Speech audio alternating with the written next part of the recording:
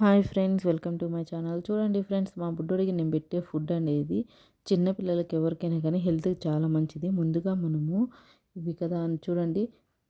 ముందుగా మనం కందిపప్పు, పెసరపప్పు, అలాగే జీడిపప్పు, బాదం పప్పు, అలాగే ఎర్ర కందిపప్పు, అలాగే పెసరపప్పు, పచ్చి పెసర్లు, అలాగే ఓట్స్, అటుకులు అన్నీ తీసి పెట్టుకోవాలండి. అన్నీ ఒక కప్పు తీసుకొని పక్కన పెట్టుకోవాలి. ఇప్పుడు వీటిల్లో మొత్తం ఒక వాటర్లో వేసుకొని బాగా నీట్గా వాష్ చేసుకోవాలండి. ఇలా కాకపోతే విడివిడిగా అయినా వాష్ చేసుకోవచ్చు. బాదం అయితే ఒక 5 సరిపోతుందండి. అలాగే జీడిపప్పు కూడా ఒక 5 సరిపోతుంది. అవి ఏమి ఎక్కువ అవసరం లేదు. ఇలా వేసుకుని వాటిని నీట్గా వాష్ చేసుకోవాలండి. ఓట్స్ అలాగే అటుకులు మాత్రం పక్కన పెట్టుకోవాలండి. మిగతా అన్నీ బాగా కడుక్కోవాలండి. చూడండి, ఇలా ఒక 2-3 సార్లు వాష్ చేసి పక్కన పెట్టుకోవాలి. చూడండి, ఎన్ని పక్కన పెట్టుకున్న తర్వాత మనకి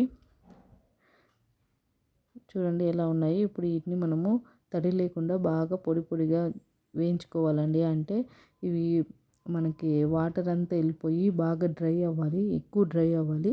ఈ ప్రాసెస్ అంతా సిమ్లోనే చేయాలండి. ఇది కొంచెం లేట్ ప్రాసెస్, చాలా లేట్ అవుద్ది, కానీ హెల్త్కి మాత్రం చాలా మంచిదండి. మీరు ఎప్పుడైనా ట్రై చేయండి. చూడండి, ఇవి మొత్తం ఇలా వాటర్లో లేకుండా సిమ్లో పెట్టి బాగా వేయించాలండి. ఇవి పట్టుకుంటే ఇలా కరుం కరుం అనాలండి, ఇరిగిపోవాలి పట్టుకుంటే. చాలా డ్రై అవ్వాలి, అంటే అలా అని కూడా మాడకూడదండి. అందుకే సిమ్లో పెట్టి చేయాలి. చూడండి ఎలా ఎగుతున్నాయో. లైట్గా వాటర్ ఉంది ఇంకా. ఇవన్నీ నీట్గా వేయించుకోవాలండి. ఇది కొంచెం ఎక్కువ పట్టుద్ది ప్రాసెస్. ఇలా అతుక్కుంటాయని మీరు ఏమి అనుకోకండి. ఇవి హీట్ అయిన తర్వాత బాండీకి అతుక్కున్నాయి కదా, అవన్నీ వాటికి అవే ఊడొస్తాయండి. చూడండి, చాలా వరకు కొంచెం డ్రై అయ్యాయి కదా, అన్నీ ఒక్కొక్కటి ఊడొచ్చేసి చూడండి బాండీకి ఉన్నవన్నీ.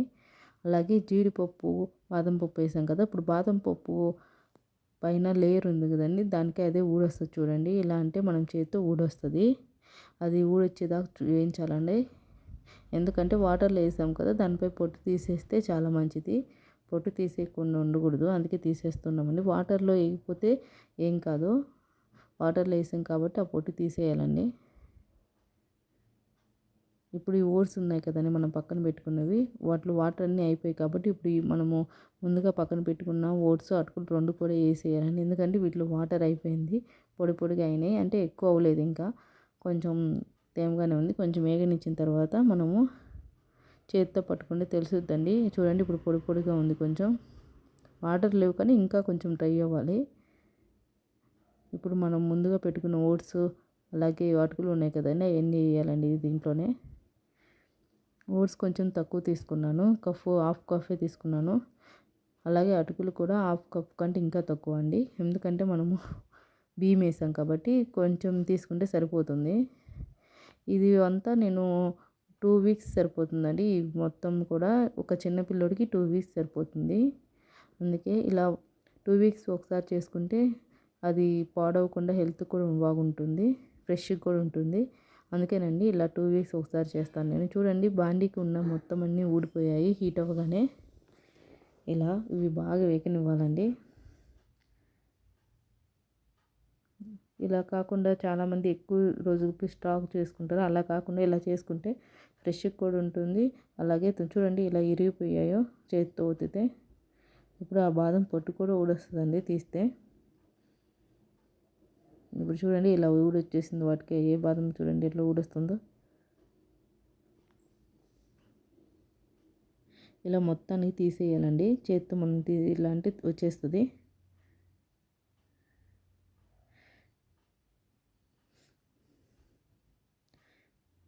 చూడండి, కొంచెం కలర్ చేంజ్ అయ్యాయి కదా,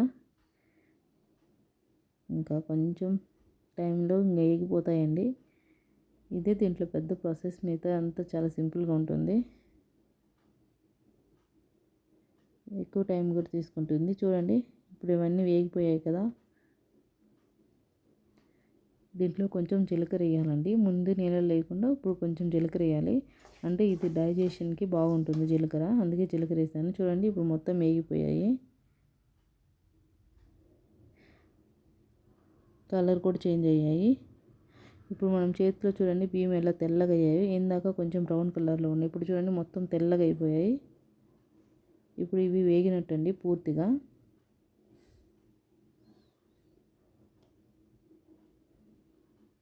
మీరు కూడా ఇలా చూసుకోండి, బియ్యం తెల్లగా అయ్యాయా వేగినట్టు తెలుస్తుంది తెలియని వాళ్ళకైతే. ఇప్పుడు అన్నీ వేగాయండి, చూడండి ఎంత కిందకి ఎల్లో కలర్. జీడిపప్పు కూడా చూడండి ఎలా పిండి పిండి అయిపోతుందో.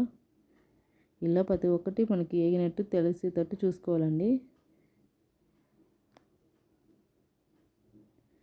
అన్నీ వేగిపోయేదాకా ఇలా వేయించుకోవాలి. ఇదే ప్రాసెస్ పెద్దది, మిగతా అన్నీ వేగిపోయినట్టే.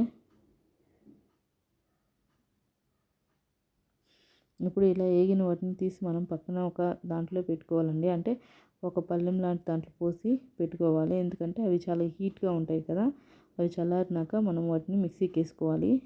ఇప్పుడు ఇలా వాటిని మొత్తం ఒక ప్లేట్లో తీసుకోవాలి. ఇలా చల్లారిన వాటిని మిక్సీ జార్లోకి తీసుకోవాలండి.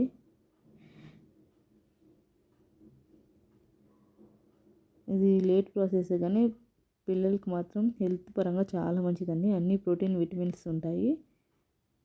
చూడండి ఇప్పుడు చల్లారిపోయినాయి. వీటిని మిక్సీ జార్లోకి తీసుకోవాలి.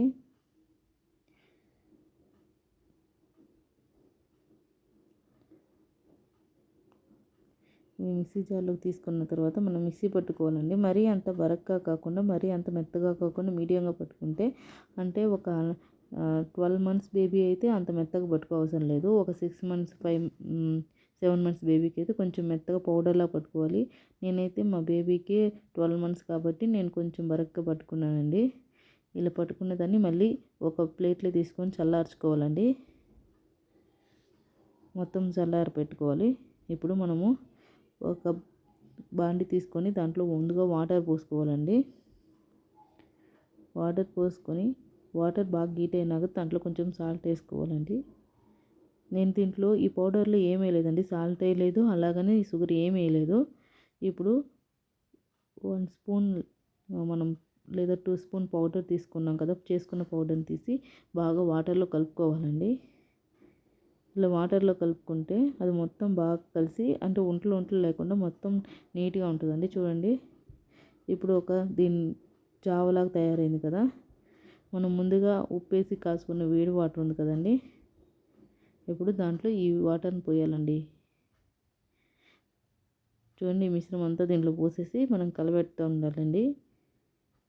ఇది కూడా మీడియం హీట్లోనే జరగాలి, సిమ్లో పెట్టి చేసుకుంటే సరిపోతుంది. చూడండి ఇట్లా మొత్తం ఉంటలు లేకుండా ఎంత బాగా కలిసిపోయిందో.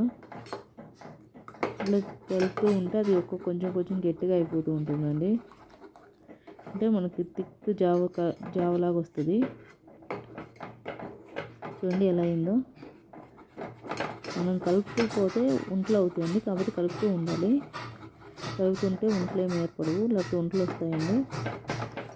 మనం ఇంకా డైరెక్ట్గా పౌడర్ వేస్తే ఎక్కువసేపు కలపాలి, ఎందుకంటే దాన్ని డైరెక్ట్గా వేసాం కాబట్టి వేడి మీద అవన్నీ వంటలు అవుతాయి. చూడండి ఎంత బాగా కలిసిపోయిందో. ఒక థిక్ జావ కలర్లోకి వచ్చింది కదా, ఇంకా బ్రౌన్ కలర్లో ఉంది కదా. కానీ ఇది హెల్త్కి చాలా మంచిదండి, చాలా మంచిది. చిన్నపిల్లలు బ్రౌన్స్ కానీ అన్నీ చాలా బాగుంటుంది. తినేది కూడా చిన్నపిల్లలు ఇష్టంగా తింటారండి, చాలా ఇష్టంగా తింటారు. ఒకసారి కొంచెం ట్రై చేయండి. అప్పుడు చిన్నపిల్లలు ఎవరైనా కానీ తినకపోతే అప్పుడు అడగండి. ఇది మనము 2 ఇయర్స్ పిల్లల దాకా పెట్టచ్చండి, 3 ఇయర్స్ దాకా పెట్టచ్చు. కానీ 2 ఇయర్స్ పిల్లలు ఎక్కువ ఏం తినరు కాబట్టి వాళ్ళు ఎక్కువ ఇది కానీ పెడితే చాలా ఇష్టంగా తింటారు. చూడండి మనకు ఒక పేస్ట్ లాగా తయారైంది. ఇప్పుడు దీన్ని చల్లార్చాలండి, ఎందుకంటే ఎక్కువ కాలుతుంటుంది కాబట్టి చల్లార్చాలి. మా బుడ్డోడు చూడండి దీన్ని చూసి ఎలా ఏడుస్తూ మొత్తం ఏమని ఎలా ఏడుస్తున్నాడో.